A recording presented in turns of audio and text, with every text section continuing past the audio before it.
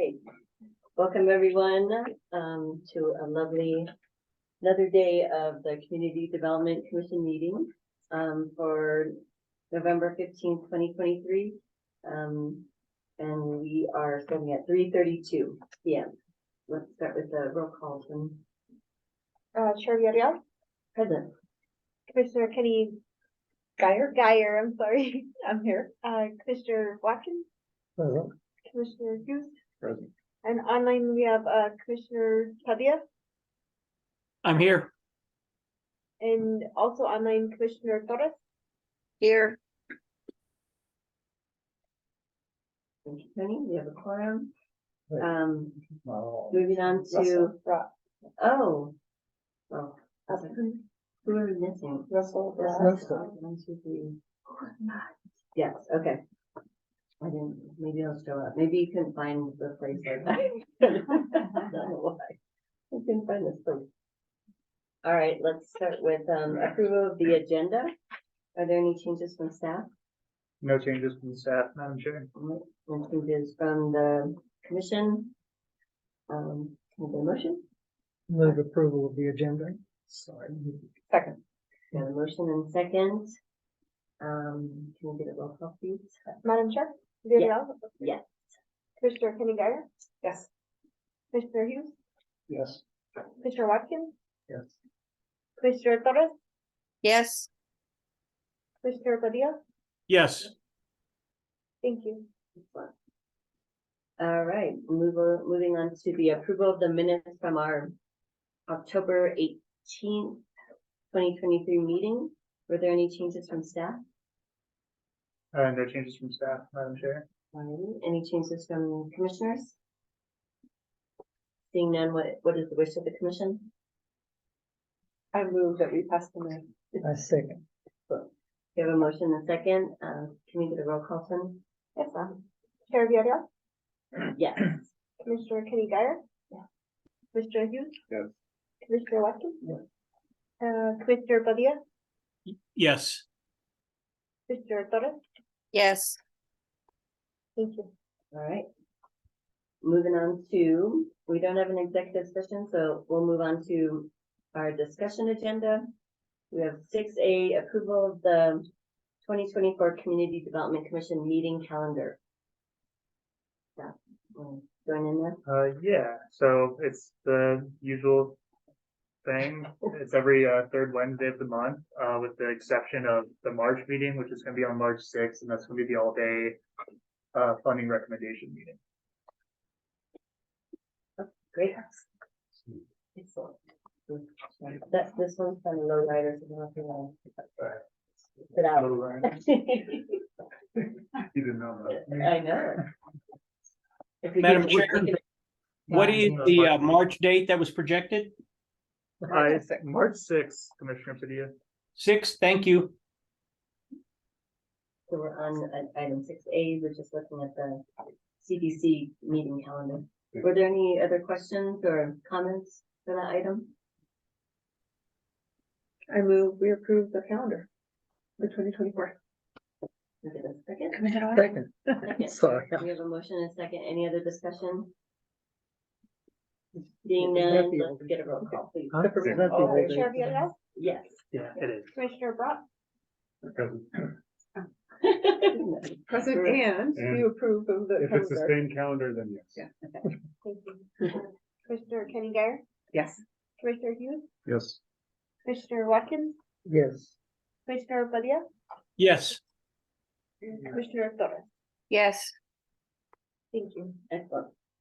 All right, moving on to 6B, a discussion of the Community Development Block Grant, CDBG, and Affordable Housing Trust Fund, HTF, 2024-2025 funding priorities, and we have staff presenting on this. We'll be starting, I think, with the review of funding history. Is that how you want to start? That's right, and then I printed off all the attachments. They're over there if everyone wants to grab one of these. Okay.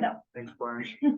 Apologies, I would have pulled these up in advance, but I was So we'll go through semi-frantically trying to, so what was in the packet is the same thing that you just printed out? yeah, Okay, great. just in case you That's needed cool. that tangible feel. So we'll go through the funding history and then move on to the priorities for 2024, 2025 program year. That's correct. Who would like to start? One moment, let me pull that stuff up. These are the evaluation criteria. Perfect, thank you. So now I will share my screen for.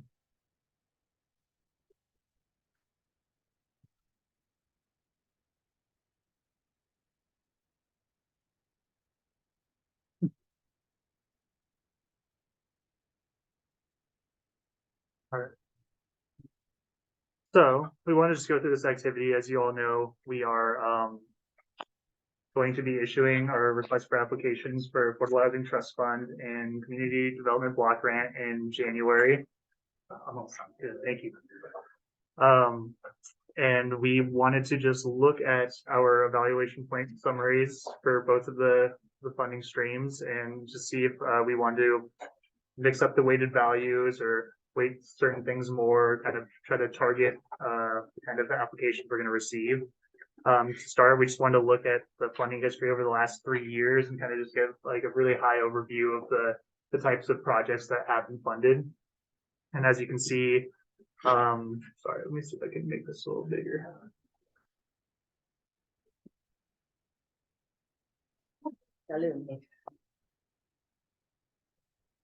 As you can see, mortgage principal reduction assistance is one of our majorly funded programs with about 13% of the total funds. We have homeowner repair rehab. That's our typically our habitat contracts. Foreclosure prevention, I think that was our rescue plan monies or trust funds that were deployed in the throes of the pandemic. Rental assistance, of course, that's through the trust fund. We have plenty of rental assistance partners. New construction at 600,000. Can't recall what that was exactly. Rental rehabilitation, almost 3 million. That's probably a lot of the civic housing authorities. Yeah, Commissioner Hughes. Taking questions as we go, or? Yeah, this is an interactive. Yeah, I think it'd be good to define Yeah, new that's what I was thinking. construction. Sure. Rental rehabilitation, does that include, taking out the hotel, making it, apartments? Could be in that bucket, I believe, but that also might be over here in affordable housing development. Or acquisition, No. could it be under acquisition? Acquisition is It's the a big chunk of change, I just don't know what Yeah. it means. Rental rehab was, funds that were put into Santa Fe Suites, funds that were committed to, Casa Cerrillos, country club car. the country club apartments, the Paseo San Del Sol Sol, apartments. And each of those projects is fairly. well, Via there's Consuela. Casa Cerrillos wasn't, but, And then you just needed general rehab, or was this like at the end of it's a preservation of affordable housing, and it was at the end of a contract where you're trying to renew and have to do ADA or other? Well, the San Del Sol, which is probably the biggest project, so that project was about to expire. The housing authority bought it, and recapitalized it through tax credits. And also needed to do additional repairs. They didn't, the tax credits were not enough to do everything And they so needed would to do. all of that fall under the rental rehab, or would some go under acquisition and some under rehab? Not in that project. The acquisition was specifically Lamplighter and Santa Fe Suites, and that's why it's under the recovery. When you, so the two columns, the Rescue Act money is subtracted from the column on the right, and we kind of wanted Kind to, of outliers. yeah, just sort of draw that out, because that's One time. that's One not time gonna thing. happen. Yeah. Again, as well as the public services, we were provided CARES Act funds, and so we were able to use those for public services in a way that we normally wouldn't have been able to use them. And I think the table below that has the general categories, that gives you a little bit more of the trend data, I think, because we combine, like for instance, homeowner support becomes home purchase and rehab. Rental assistance and short-term rental that combines both the rental assistance that's provided to the general public, but also the Santa Fe Recovery Center paying rental assistance for their constituents, or Avalon paying for theirs, which is more of a short-term thing. So, and then the new construction and development, that includes, some of the pre-development costs for Arroyo West Day, right?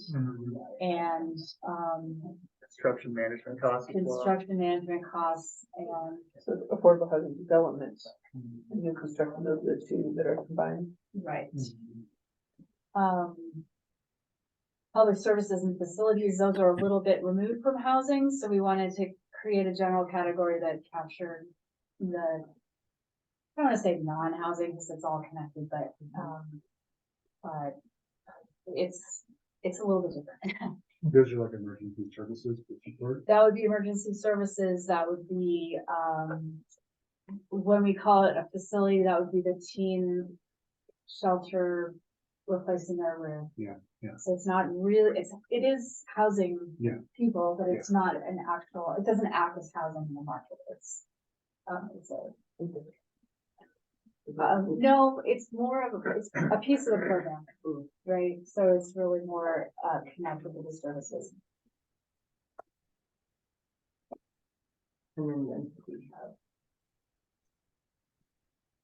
So is this information going to go on the website, or what's this, like, what are we gonna do with this info? I think we do have it on the website. We do, yeah. The reason that we always bring it up at this meeting is to just give the commission a sense of, and I don't know if you remember, we used to have this ridiculous spreadsheet that went back like 30 years. And it had so much garbage on it. It was really, really hard to read. And,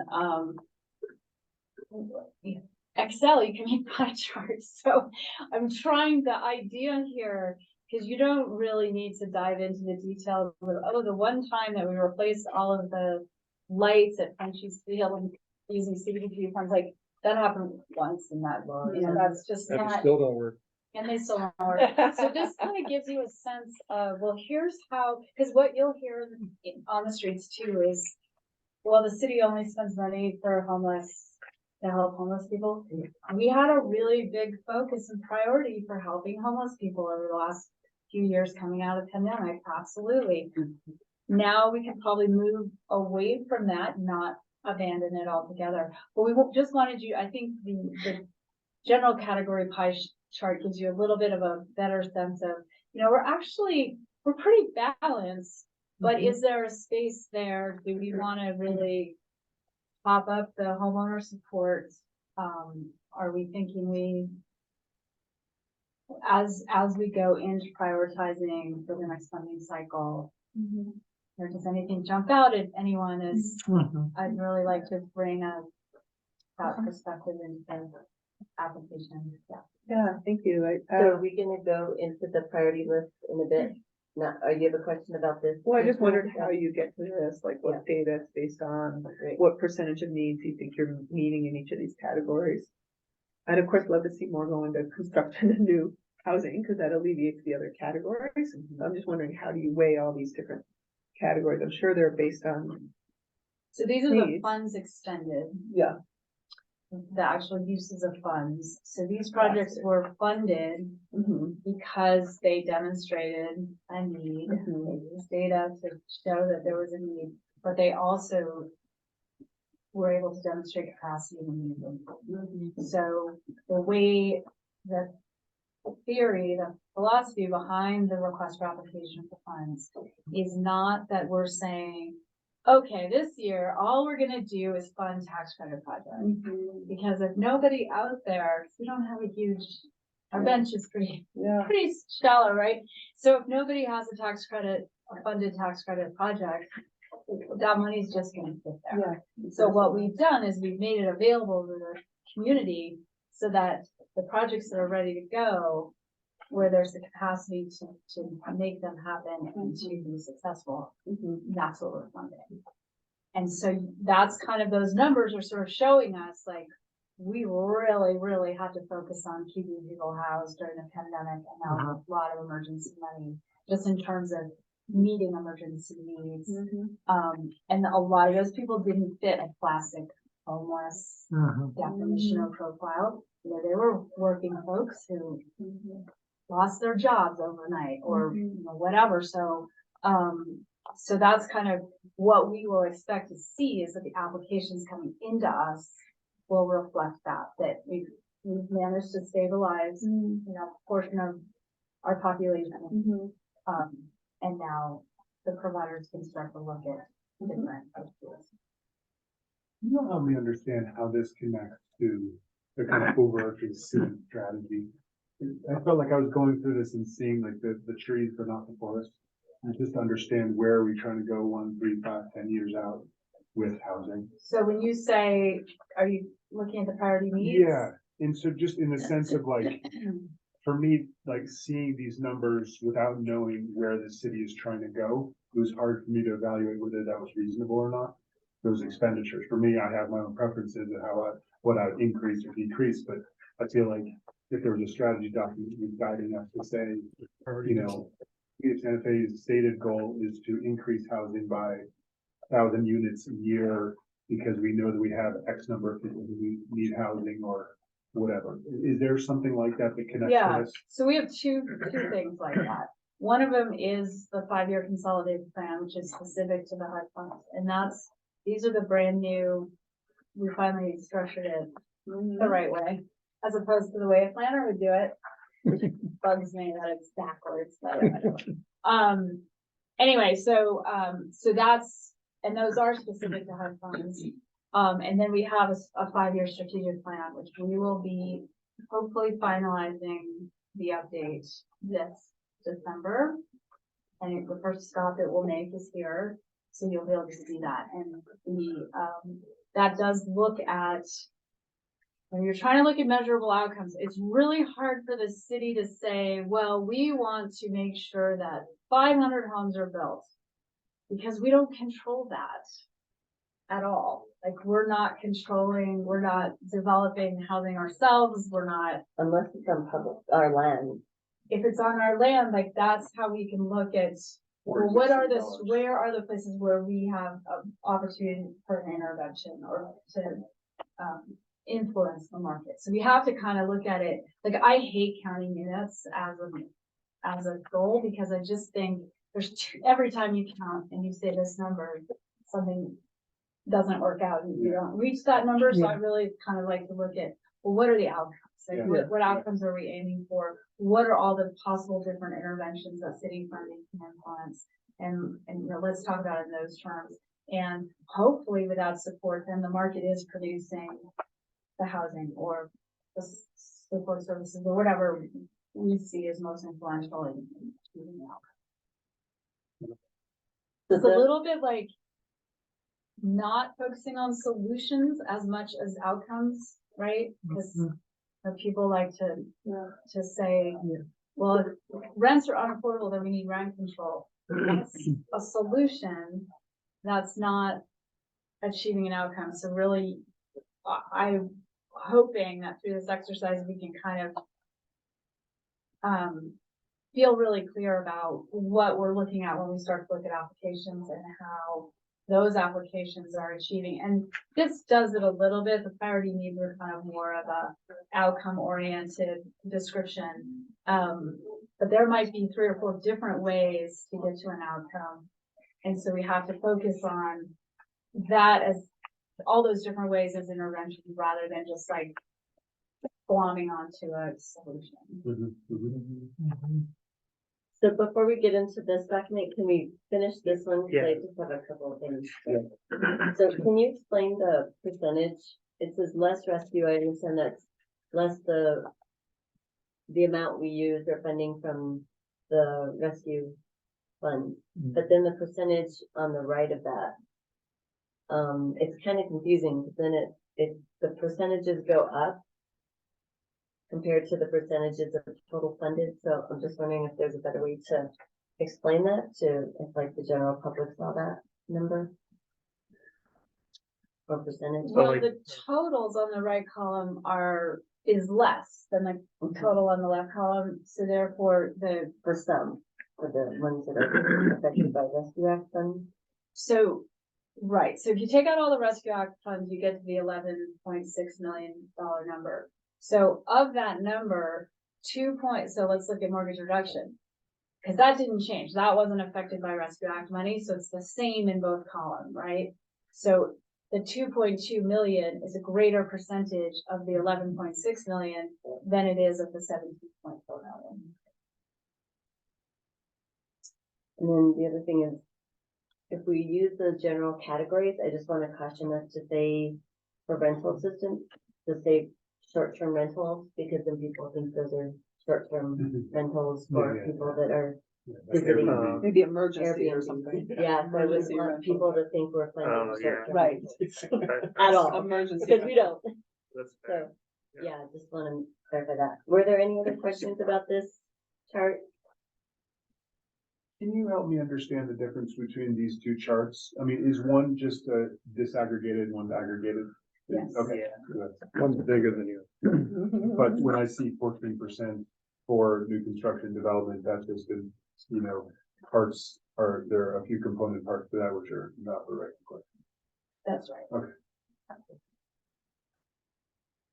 So do you want to go into the specifics for priority needs and goals document? Yeah, sure. This is straight from our recently approved 2023-2027 con plan, consolidated plan. And we set up, I believe, 4 overarching priority needs, and then within those, there's about 4 to 5 sub goals. The first is, and this all came out of all that community engagement, all that stuff. First is ending chronic homelessness, pretty hefty goal. Second is ensuring housing stability for all, and this includes expanding rental and home buying opportunities. Ensuring homeownership is sustainable for all. This deals with home repairs, like energy retrofits and that kind of stuff, and making it just financially feasible to own or to afford housing. And then finally is the grab bag priority need, which is improving social determinants of health and addressing emergent needs. And this is things like the Safe Routes to School project that we funded, and some of the other public services within those. So under ending chronic homelessness, the sub goals are increase availability of supportive services, expand options for overnight shelter beds, increase and improve street outreach and support, and finally increasing available permanent supportive housing. For ensuring housing stability for all, we have expand choice for affordable rental opportunities, expand choice for affordable home buying opportunities, improve condition and preserve affordable rental housing. And yeah, that's it. And then for ensuring home ownership is sustainable for all, we have provide for owner occupied housing rehabilitation, provide for energy efficiency upgrades and accessibility retrofits, maintain financial stability for low and moderate income homeowners. And then finally, for the improving social determinants of health and addressing emerging needs, we have increased economic opportunities for low and moderate income populations, expanding public facilities and infrastructure for low and moderate income populations, expand access to open space and parks. We actually split this into 2. So we have expand access to open space and parks. And then another goal is expand access to transportation. And then finally, increase programming to prevent displacement.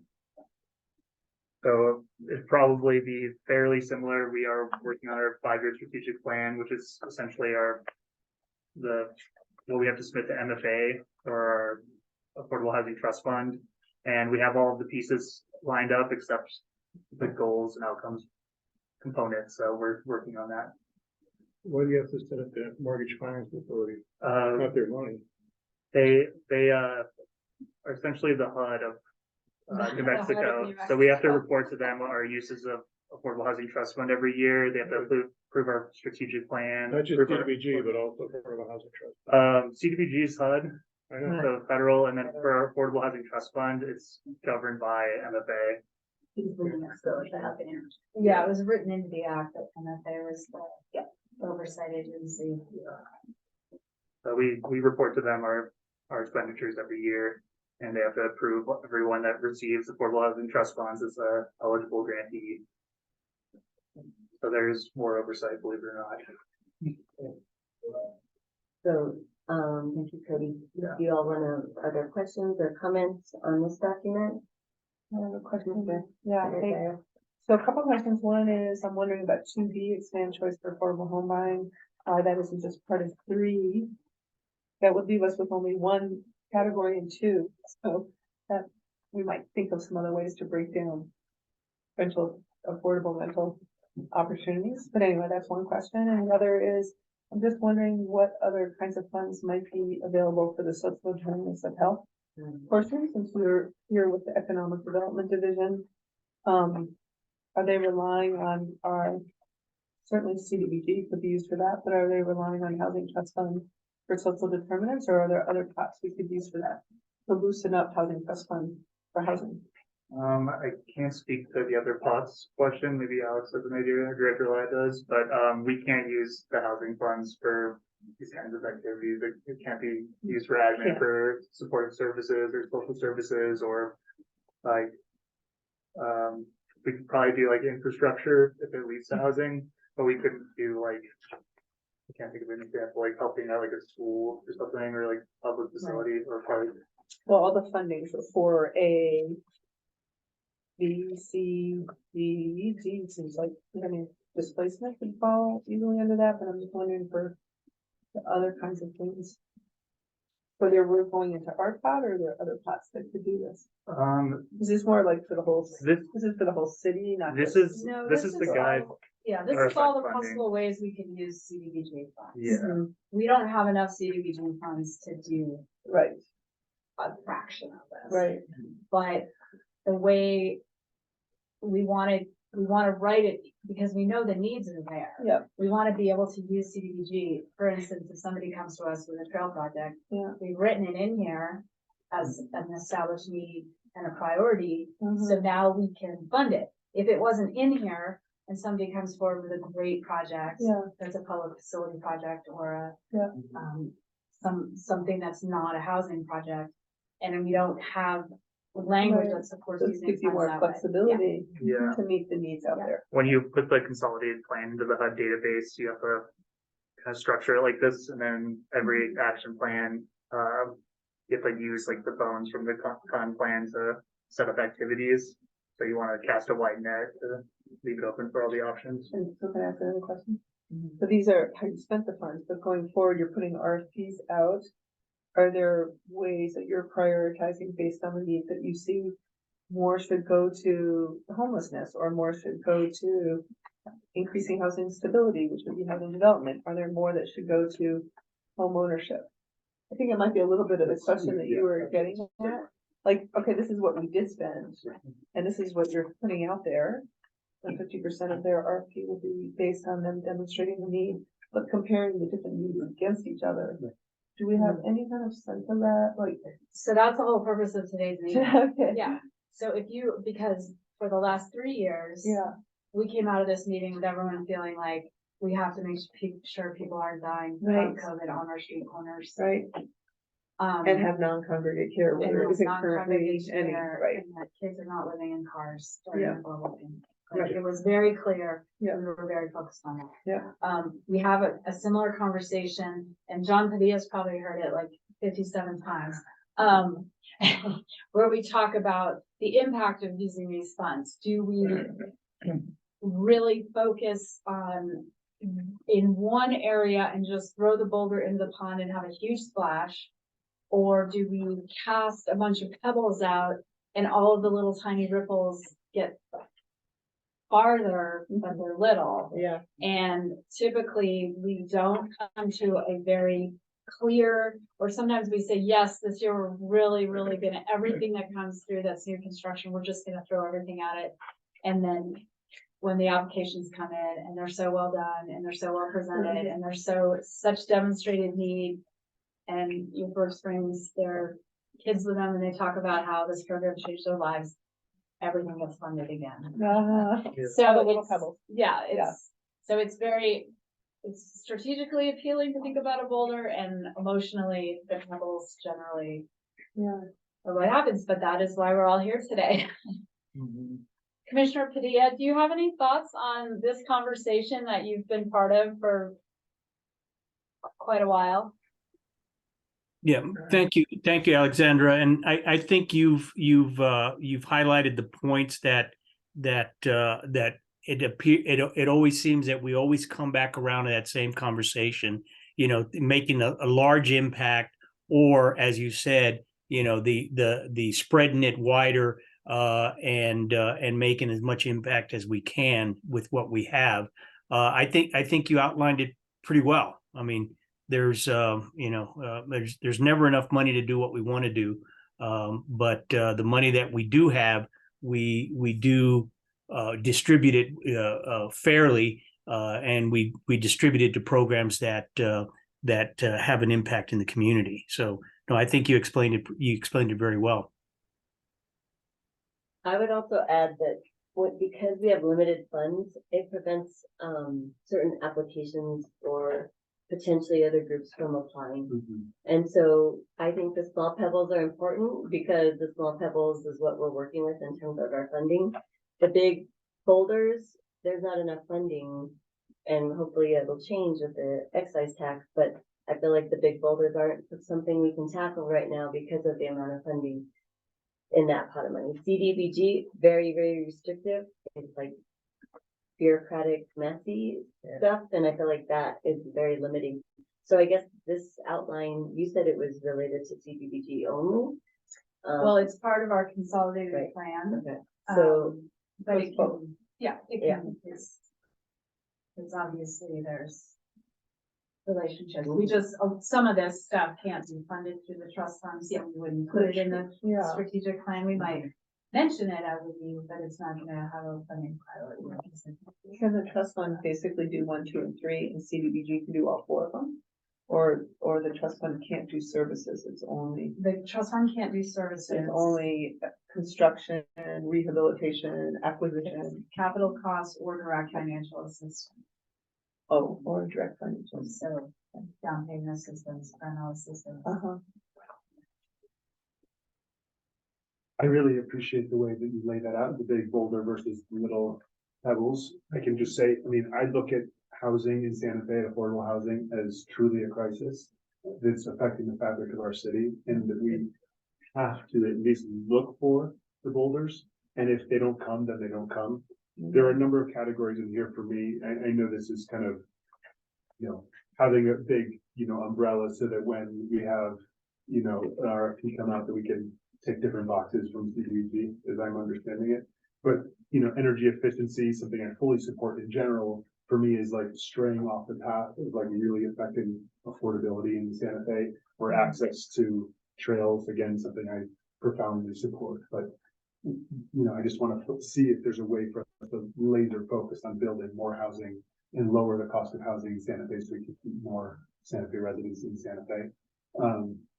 So to the extent that that's possible in reflecting both in these priorities and eventually in the funding, for me, that's where my vote is let's get as much housing as possible. And it's been very interesting. I'm sure you guys watched, the kind of news coming out of various cities who are passing various measures that are where they're building houses, rents are coming down. And that's what I want to see. That's what I hope to see in this city. that's the point. Just making sure folks on Zoom don't have any questions, because we see you. Okay. Yeah, I think that's a good point with the energy efficiency section. We have other funding sources, and there's even I'm looking at Commissioner Hughes, because he was part of that. What is that fund called? Sorry, green. Well, there's a new comprehensive energy efficiency development block grant the city's applying for money that would help specifically low income And we put residents funding into that too. reduce their utility bills.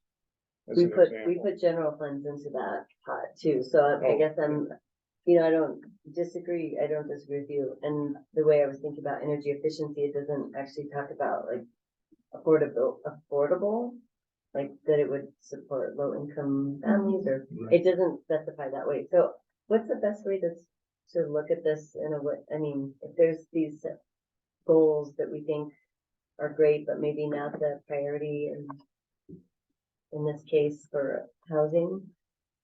How do you want us to move things around, or maybe just express the priority goals from it? These are set in stone. We're not changing these for 5 years. These are set based on what we, The consolidated plan, which is a 5-year plan. which is fine. Which is, but, within the, and I don't know if it's.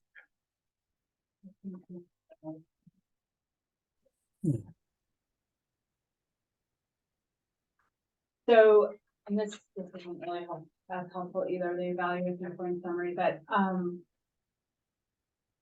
within the language of the request for application, we can, like we have for the last 3 years, really prioritizing housing stability and ensuring that people who are looking for a pathway out of homelessness can find it.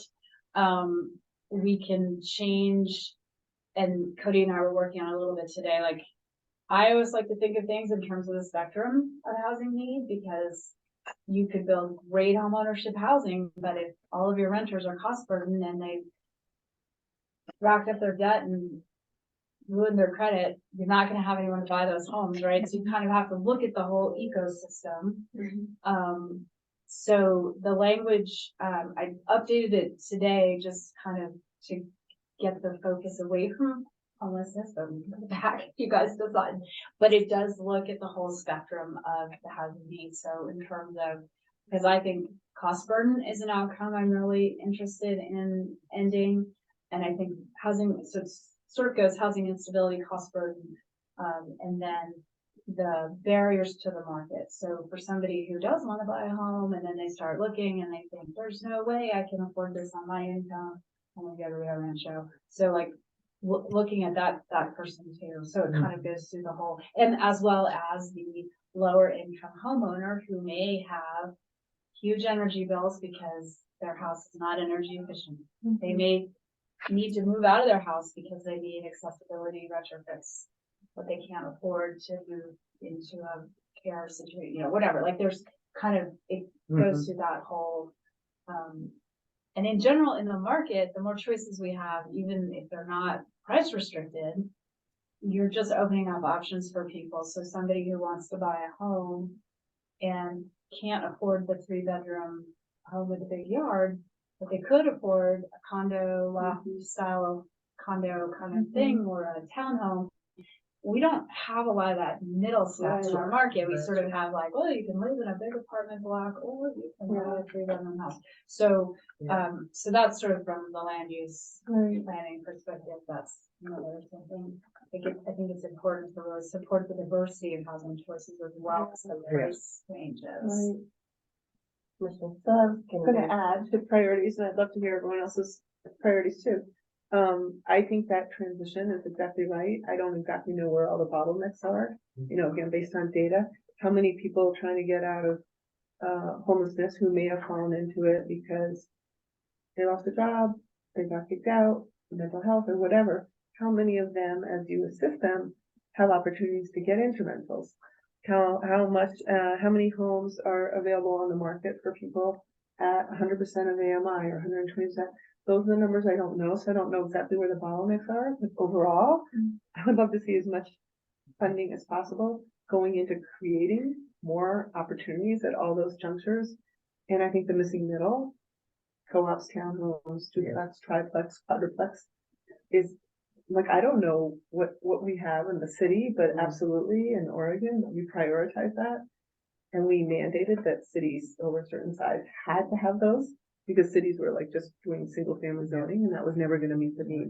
So I know there's a whole zoning piece of it, but I would just say that I would love to see that continuum. The only place I disagree with you on is the energy part, because if you put money into energy saving, not only good for the climate, but it brings down utilities. So it is a part of affordability. That over trails, I'm in support of trails, but I'm like, okay, that's not quite, all of it's linked. It just gets farther and farther as you start talking about trails and parks and things like that, which I'm also a huge supporter of, but we are so desperate on housing. So as many housing dollars and CDBG dollars can go into that. Housing, I would support, based on the data, what's the most needed. Any other That thoughts from other commissioners? Commissioner Hughes? I always like to raise the concept of home economics. That's the stuff we did in high school, but what are the overall cost of one's lifestyle? And housing is one of them, the utilities are third, but transportation is second, and that one really needs to look at. I mean, Tony, you drive to Rio Rancho, was it 50 miles one way? It's 60 cents a mile. So you're paying 30, 60 bucks a day come up here. And that's a huge chunk that can be avoided in large part if you're within 5 miles of the job rather than 50. So I think that's something to consider. And there's 200,000 New Mexican homes that pay over 15% of their income on utilities. And that's got to be reflected in Santa Fe as well. So it's neither of those are trifling budget numbers. So your recommendation is, Sorry? what's your recommendation then? Oh, the middle housing. The middle between, as you stated, those types. And we visited the one right for the election that was really, we helped subsidize that. Was it called Casa Pacifica? Yeah. It was great. Mm-hmm. And that's probably an acre at most. Just 5 units, it's probably 10 units an acre. I mean, you can do some really dense stuff, and it looks great. Just gotta make sure that, don't leave a lot of room for parking. It can be done. It's not the records. Commissioner Torres or Commissioner Padilla, Commissioner Watkins? Any thoughts on this? Commissioner Torres? The only thought on the trails and parks part is related to sections of town where amenities are not available, like the south side. The only real trail is, behind through the schools. And Swan Park is kind of not very accessible for some parts, for some people from the south side. So it does contribute to not only well-being, but isolation and, other things. It's not the same thing as, for instance, having Salvador Perez across the street for some of us versus not having anything. So I think it's important that we think of the sections of town that are deserts in food, in transportation, in amenities, and so forth. Thank you. And we actually funded the trail piece on South Meadows, right? Is that through CDBG? Yeah. So, and that was kind of a gap funding too? Right. Or matching, maybe? Um, Trying to remember how. I think CDBG is gonna pay for most of it, but yeah, it's being coupled with some money from the MPO. Right. And it's underway. Commissioner Going out to Padilla? bid next week. Oh, okay. That's exciting. You're unmuted, Commissioner Padilla. Did you want to add anything? No, I think the conversation, I was just thinking of Commissioner Torres's comments, and I think it's significant. I know our goals are aspirational, but the areas of town that continue not to have access to amenities that are readily available to other communities. I can easily walk from my residence within a short walk to a bike trail. I know I do a lot of work on the south side of town, Airport Road, and other areas off of Airport Road.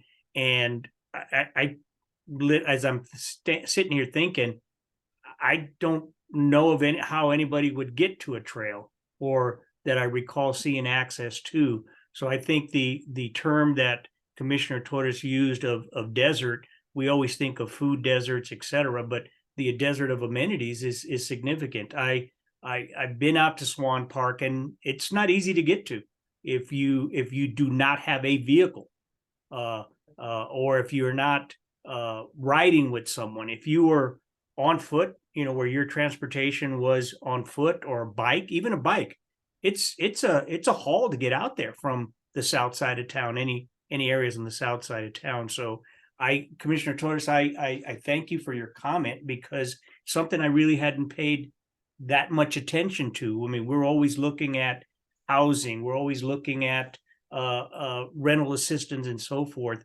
But as we look at the amenities such as what I hate to call it recreational, but just access to areas for recreation, it's not readily available for everybody in the community.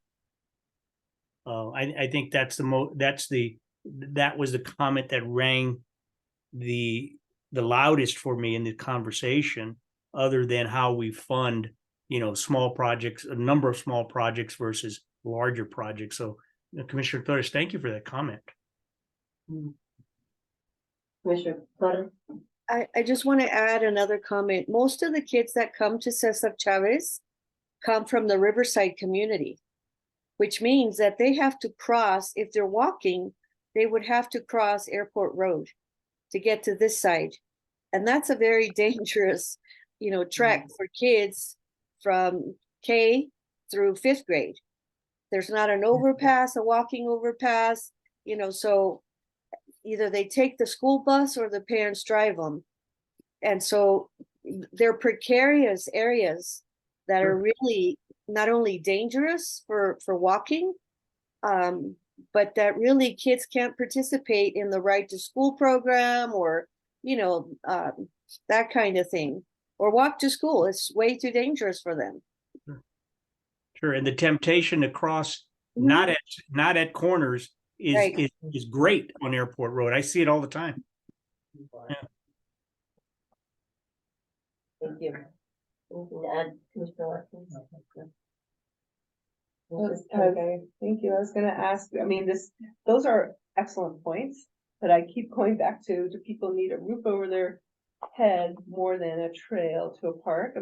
This is the hard part about prioritizing. All of these things are really important, but there's things that are actually precarious and dangerous. That would put me up on a higher level than, we want good social determinants of health, but people, if they don't have a roof over their head, or they're driving 50 miles a day, then that makes me feel like, given the housing crisis, that personally I would prioritize that. But it also raises the question for me about, we just passed a housing. A lot of what we said in the housing excise tax was everyone who works in Santa Fe should be able to live in Santa Fe. That was the focus. So I do think that we need to respond to what we said in that. I recognize that there's other funds, but that's going to be a public image issue. What have we done with that? And I also wonder, can we put a bond, can the city council put a bond out there for parks and trails? So we have some very measurable results. I think Santa Feans would really support that. And this is the kind of thing we did in Portland. We had, a trails and parks measure, as we have school measures here. We had housing measures with very specific outcomes. Here are the places that are the biggest problems, where the most traffic fatalities happen, or whatever. You give the reason, and I think Santa Feans will support that. I don't know if there's anything out We there have like done that it for now. fun, the little Well, messy. messy way before my time, and people didn't think that the city was using money the way they were supposed to do it. Not a big deal. But we can. No, we used it, but there were considerations about using it incorrectly. And so people didn't think bonds were a good way to go for a long time, actually, since now. But those are all options. I guess what I'm wondering is, we still include these as priorities, Yeah. but maybe they just they're on the list, but then we move. I don't know if you could explain like what we would move up based on the conversation we've had. Cause I don't see them, I didn't see them as 1, 2, and 3, but maybe they were listed as priority 1, priority 2, or were we listed as just a list? Yeah, it's a list. They're not ranked. Yeah. So that could be, that could be an exercise if that feels satisfying. You know, I'm always a little reluctant to pin us down to anything too soon. So that's why we it would almost be not so much something that would be reflected in the application materials, but it would be brought back when we're making those decisions Yeah. with the limited amount of funds and the request for Yeah, funds. yeah. So, you know, so I guess that's what I would say, like, I think it's These are probably all a food really, for thought. yeah, it's Yeah. it's a good exercise, and we can go through a ranking exercise if that seems helpful. And then, but I wouldn't want to put it into I guess that's more important. I wouldn't want to put it in the application, because I wouldn't want somebody with a great project that wasn't reflected in one of the high priorities to be like, no, heck with it, I won't try this year, when, you know, maybe that's a project that's ready to go. Right. Because I'm also very cognizant of, we do have limited capacity here, we have limited opportunities, and when something's ready to go, like, let's get it going. And Yeah. so, I would say, like, we could do the ranking, let's not put the priority. I have broadened the message in the application to kind of look at more the spectrum of housing needs and not be so focused on keeping people alive. But I would say that the ranking exercise would be helpful on March 6th, when you're like, okay, we have $5 million worth of requests and we have 3.8 million, and how do we make these decisions? And then that's where that process can be helpful. Right, yeah, and just to echo what she says, we do have 3.8 million available in trust funds for this RFA. We won't start collecting the excise tax until, I believe, the end of May or sometime in May. July 2024, July. and that still won't, yeah, in fact, we won't realize what's been collected till Yeah. probably 2025. Okay. Yeah, we're That's if a the full lawsuit cycle gets away. passed, gets resolved, or something, it will. Yeah, so this RFA that you'll see in the early next year is pretty broad. We can say, like, in the actual request for application document, like, the CDC is prioritizing these things, but at the end of the day, we probably want to leave it open and see what applications we get. And then as far as, like, the actual evaluation point summary, it's already weighted more heavily than the other things, but, like, the need benefit, like, we don't have to get super specific, but Do you want to go into those since you're talking about sure. it? These are our Yeah. standard forms that we use for both processes. Madam Chair, Commissioner Padilla, yes. Madam Chair, in the priority needs and goals, they are numbered 1, 2, 3, 4, 1, 2, 3, 4, I believe. Yeah. Yeah. Those are not necessarily a priority ranking. It's just, I mean, Correct. but when you A look list. at it, it looks like priority number 1 is ending chronic homelessness.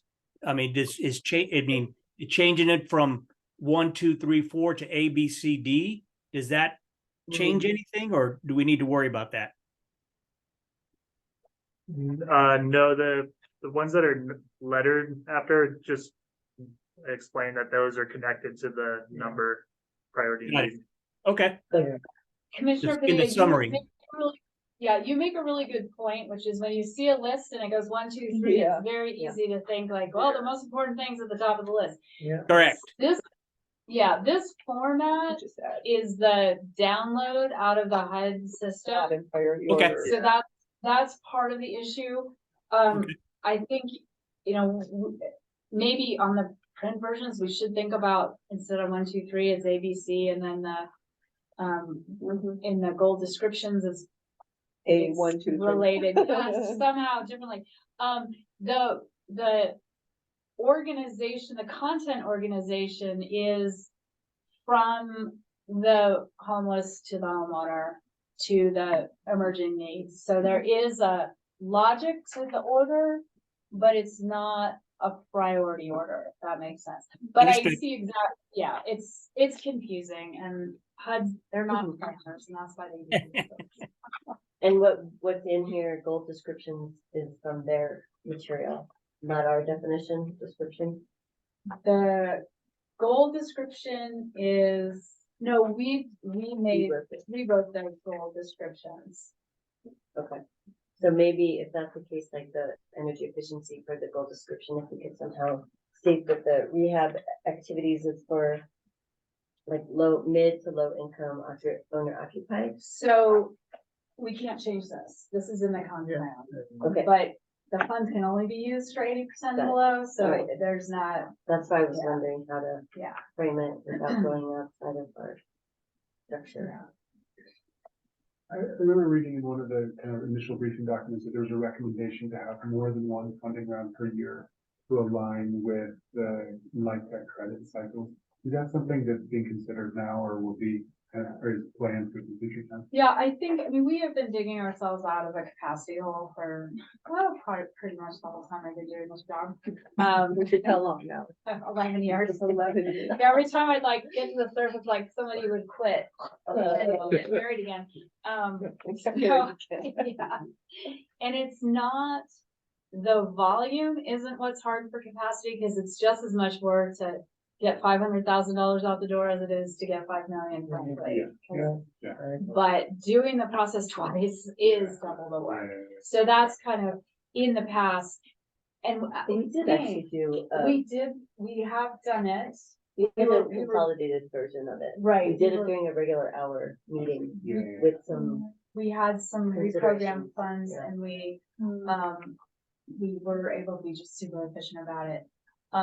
So I think, and the other issue that's a little tricky is because of the timing for the CDBG funds, and they have to go through all of the annual action plan, and they have to get approved so far ahead of time before the program year starts.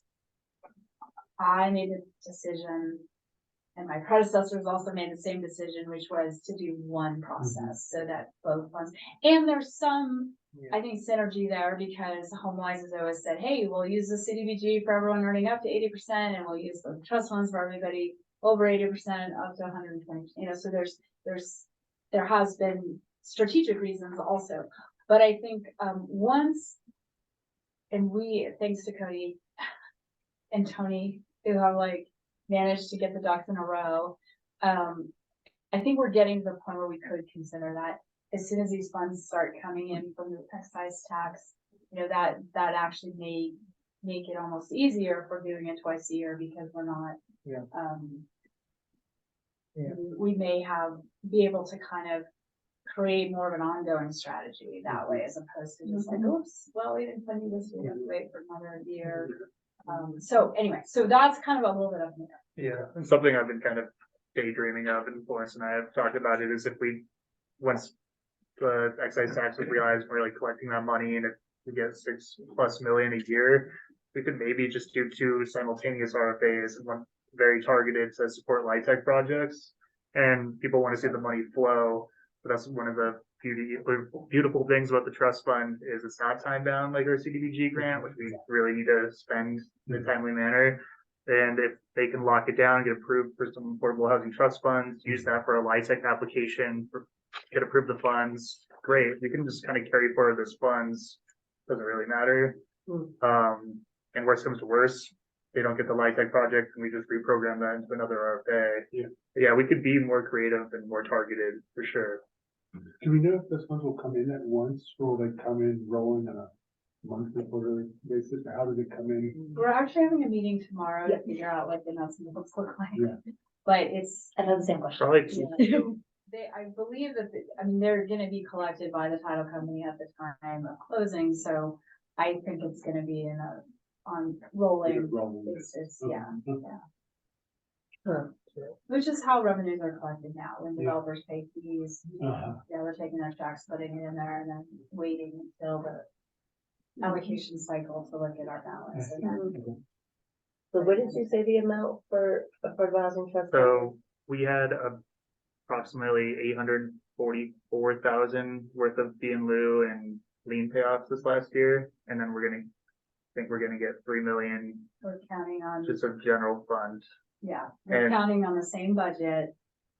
So if governing body could tell us no, but, because we know that the excise tax funds won't be able to. We haven't been told otherwise, and then we were Yeah. told that this time, instead of rounding up to 3 million, it's the fee and lieu and the lien payoffs could be in addition to the 3 million. So it we're, still can go up.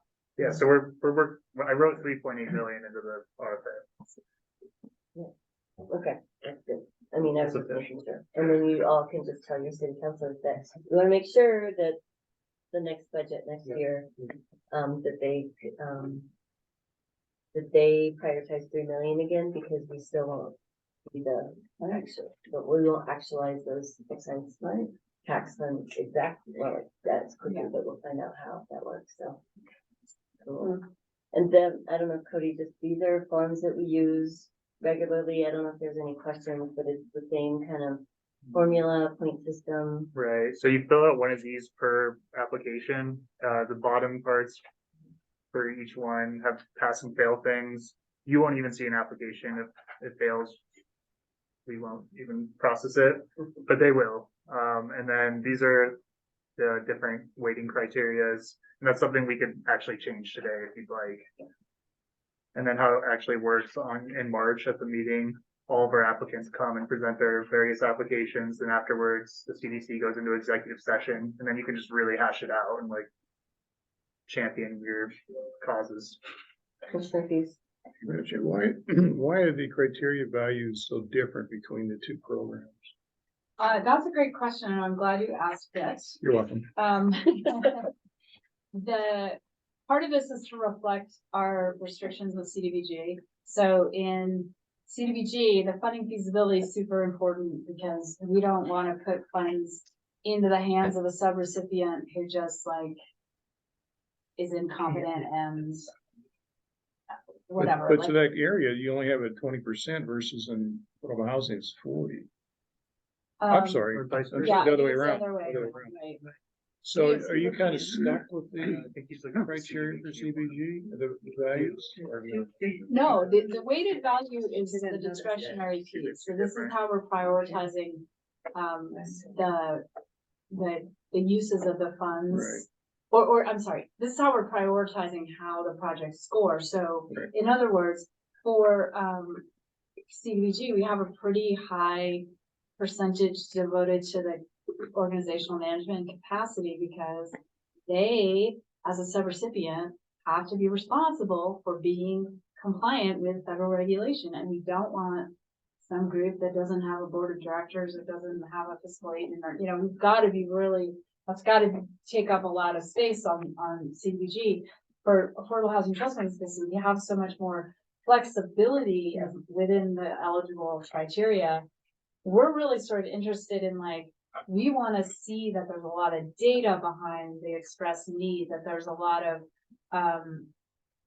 understanding of how to solve the problem and meet the need and provide the solution. So that's why the the need benefit project feasibility has typically been weighted pretty highly, because that's kind of what gives those funds their punch. But that is definitely part of today, is to change those around to any extent that folks feel is important. We have time to change these, like, if you, I don't know if everyone really got into the kind of like So nitty gritty, but I think, well, go ahead. well, I guess, I'm just looking at the time. yeah, I mean, to me, Like, under There they the go. CDBG, is a special needs population served goes under funding feasibility. I would have put that under performance measurement and work plan.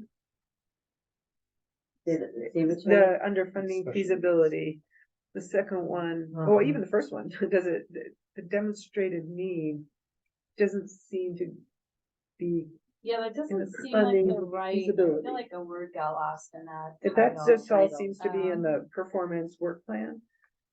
And funding is, you know, maybe is this one-to-one leverage requirement met, is the proposed budget real, all the things down in budget? Yeah, Seem yeah, to me I more think like this the is supposed to be funding. project feasibility, like. Yeah. is- Oh, okay.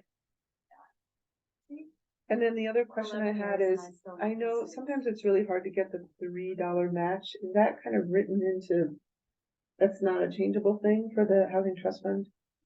The $3 match, of course, I'd love to see it leveraged as much as possible, because it stretches our dollars, but I also wonder if that kicks out some housing projects with larger rates. Does, it kicks out the ones that aren't viable, honestly. Uh-huh. And Well, it's would they be really viable, would you they know, be viable if it was like a 2 to On 1 that point, when you went to that open house, I was talking to Mike Laughlin from Homelands, he Yeah. says, we usually do a minimum of 6. 6 to 1. Oh, For so them, but that's they're a not big a limiting factor? Uh-huh.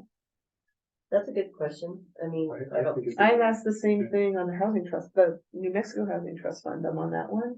And they have these, they keep saying, well, we wish we had more proposals come in, but our capacity is so low in the state. Mm. I'm like, well, maybe our match is too high. Yeah, And I get it, we have less funds to do fewer projects, but if they're not like all knocking on the door with their other $3 at the table, then I think we're not doing a service. I don't know what the needs are.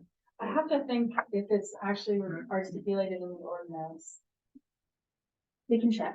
Yeah. felt like it was, but I can't Yeah. remember. Or that might be the sort of thing with the strategic plan. They might come up, I don't think so. Well, I'm just That's thinking, all right. you know, I borrowing more think money, it is mortgage hard. rates are so high, so borrowing money from banks is really high right now, and if this is stuck in stone, and if that's a limiting factor, might wanna look at that.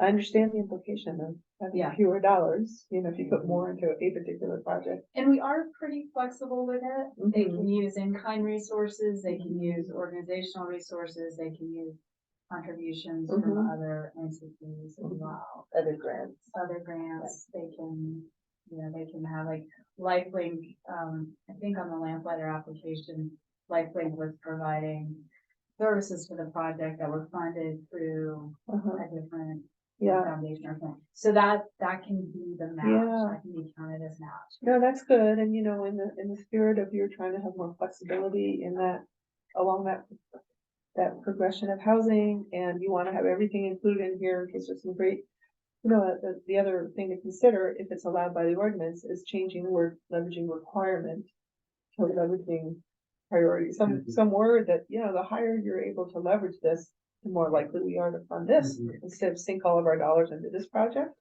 So just the leveraging requirement word, There is a, Like- it is written into the ordinance. okay, Never mind. okay, the next 5-year plan. Those are the types of questions that are asked though during like the pre-application Yeah. questions about kind of how to describe leverage. Uh-huh. Yeah, because that could be a great point. Yeah. Of like how to overlay maybe an emphasis this year on how to. Well, and in the application, we give we give a leveraging worksheet with an example Yeah. of real numbers, looking at a homeownership project and looking at a rental assistance project.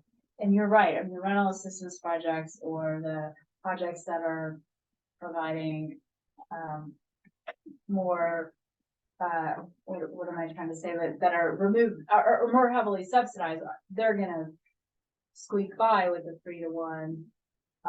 Somebody buying a home who's borrowing a mortgage, that's leverage.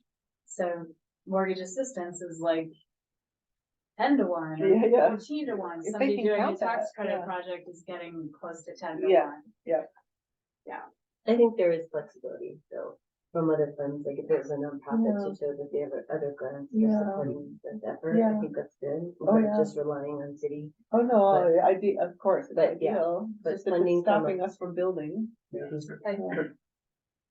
The only projects where it's been an issue have been projects that were not gonna go anywhere. Uh-huh. This lovely lady who had her hand painted pictures of Yeah. tiny houses. She didn't make it fit on. Mhm. Great idea, but there was, Great just- idea. they had They never didn't- done that before, they didn't have any. No funding feasibility. No funding, yeah. Yeah. Instead in the ordinance, other project financing. So if the developer, the project organizer has debt on it, that Mhm. counts That as part of the. Yeah. It's just pretty. Madam Chair, can I suggest this is good food for the thought, but I would like to visit changing the values, but not today. Yeah, Sleep on it. that's what I come was back gonna next time. suggest. Cause, you know, there's some Which things in there I think are important, Just what And good then- amounts. Oh, trying to figure out what, if there needs Yeah. some tweaking, I think. If there's Yeah, time in tweaking might be in January or order. even December, when do you think that would be good for you all? Probably December. Cody goes on family leave in early January, so we want to get everything Yeah. reviewed by. You're not showing. I hide it well. So, yeah, yeah.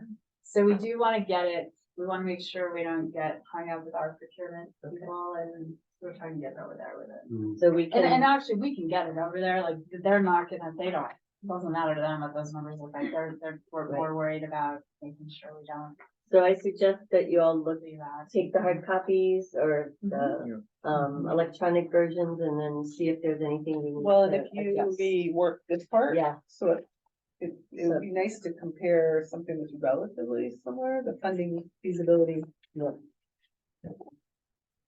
So let's prioritize that for next meeting in December, which we need to get to talking about before I leave. I have to chair another meeting because our chair for CDC, or sorry, for my other committee meeting is sick. For the, Mhm. Yeah. So, I think I'll move us along. Is there anything, Cody, that you needed from us for this item? No, I'll follow, her advice and rework the CDBG one, make them more consistent, and I'll send them back out to you, and everyone can just fiddle with it, and we can come to a consensus in December. Isn't it easier to compare apples to apples? Yeah. Yep, I think so. All right, so we don't have a presentation, so move to item 8, matters from staff. No matters from staff. Other than the December 12th meeting. Oh, yeah. Oh, Okay. right. Got that. Yeah, so a lot of times we cancel the December meeting because, people are busy doing things. But we are hoping, we're gonna hold it on the calendar, we're doing it on Tuesday to accommodate your schedule. But also, we're hoping to have a presentation about Track 6A and Las Estrellas, a feasibility report to look at. And it really be used for affordable housing. Do you have a date right now? Which restrictions. It's Isn't the it the 12th. 12th? So would that of the still be at 13th? 3:30 though? Or are you all still thinking that would be at 3:30 I think so. Well. Yeah, on this 12th? that's what we have it rescheduled in Prime Gov as, but we could Instead of probably December change 20th, it. because that's the regular. Right? Yeah. We could probably change it. I think when we approved the calendar last year, we just moved it up a week. So Oh, we're So I okay guess with the holidays, question so- is, are we, the majority of us available December 12th and I mean, personally, I'd like to go to 4, but I have to come from my other job that day, but. I would also, I'm fine. We can start at 4. usually start 3:30. I actually have something after there'll be hard for you to start for. If we need to. Can we just do an hour? Because basically all we're doing is looking at the percentages. No, we're doing, Oh, no, I'm It's sorry, the the TBD on the presentation. Yeah. We'll get a presentation hopefully. so you're not available. No, I mean, I can make myself available. It's just like, left good. Less available. Less available. Any Or you might have to other leave folks? Commissioner Torres or Padilla? That works, okay. So if we started at 4, that works okay for everybody? Okay, on the 12th, all right. Sounds good. I'll be virtual. Did that, Commissioner Watkins, that work for you? Yes. Okay. And then real quick, everyone after Renee or Councilor Villarreal leaves, we have some like 2024 non-disclosure forms that all the commissioners need to fill out. Okay. If Commissioner Padilla and Torres, if you could stay online too, so we can explain that process. Okay. All right, anything else from staff? Matters from the commission? I have 2 quick things. Just congratulations on the excise tax. Yeah. Yeah, that's why I was talking All my of way us. into the beginning, so that's Thank very you, exciting, yeah. and great article about Florence. And the city of Santa Fe, it was great. Where was that? Oh, in In the. the city of yeah, Santa the Fe, other, a little yes. description I about came in her. the. And congratulations on the baby coming, so yeah, lots of really good things, a lot of good things. Excellent. Thank you. Anything else? Frida, who's gonna take over this committee once I don't know. change I don't know, but maybe Alex, if she has a preference, she can let them know what she wants, who she wants. And there'll be new And folks that's, coming so in. December is your last meeting with us. So that was the other thing, the December meeting, we were thinking of having more of a Celebration. celebration. Yeah, But I'm gonna be virtual, I'm so sorry, Oh. I'm out of town, but Yeah. yeah. we could stay past 5 after the meeting's adjourned and hang out for a bit. Yeah. Somewhere else, you mean, like down the street, Sure. have some treats or something? I don't know. Yeah, something. That's what I was thinking. So we could consider that if you all are in person, to, if you could be in person for that meeting. Sorry, I can't be, I'd love to be there for that. So yeah, we'll figure out, I guess we'll have it here, but then maybe we could Yeah, let's locate do that. somewhere else. Yeah, there's lots of options. Mhm. right? Yeah, I've options a block or two away. Is everyone okay with how we're parking? Like, where is everyone parking? Right And out are of you front. having to pay? And that's Yes. the problem. We need to figure that out for you all from like the next meeting on. I think we figured out how to validate, At the convention center. no, at the parking lot right next door. I'm Oh, so sorry for not. Okay, notifying. so if you could just give everyone instructions about that, so that they don't have to pay for parking. Yeah, I and think they you just shouldn't be pull the paying for ticket and then we that. Do something. do stuff. Okay, I'll figure that out. Yeah, we'll figure it out. do have validation passes. anyone wants to park here. excellent. And, If we can validate from the convention. Yeah, center, we right? can That's still do cute. that. You enter it not from Marcy, but somewhere else, right? You enter from the back? No, just right From here. Marcy. Yeah, you can see the entrance plan. so maybe we can get those instructions so you all don't have to pay, because I thought about that driving over here and I was like, we don't know. Sorry about So that. that's okay. The other thing I wanted to say was to answer Commissioner Butt's question about how things get cleaned up after the excise tax passes. And what the attorney told me is they issue rules and forms. And it's like a cleanup, just clarity on some of the laws, well, the law, and just making sure that definitions are in there. So there could be a definition of like what commercial properties Yeah. could mean, that they will elicit public feedback, and there is a required public hearing. Yeah. And that all those suggestions will go back to staff. It doesn't go back to the governing body for any final approval.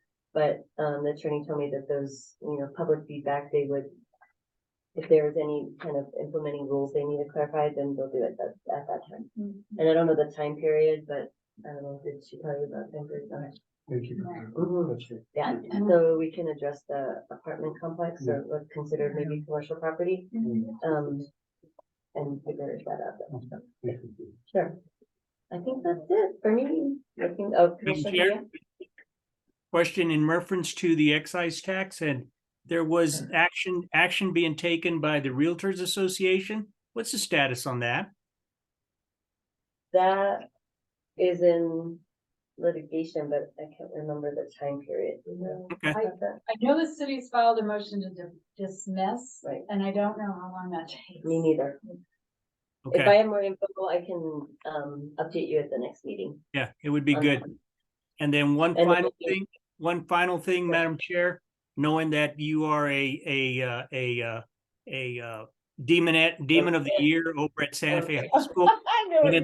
Wanted to let you know that the Santa Fe High volleyball team will start their tournament run tomorrow, state tournament run tomorrow at noon at the Star Center.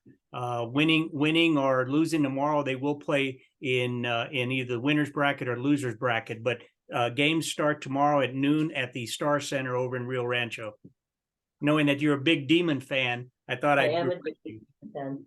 And also, Commissioner Padilla is married to one of the athletic directors at Santa Fe High School. Not just one, but the The athletic athletic associate director. So, Oh. thank you, Commissioner Padilla. Let's see, I don't have anything else, and our next meeting is December 12th, 2023, here at 4 p.m. All right, we are adjourned at 4:50. Yay. You want us to stay on?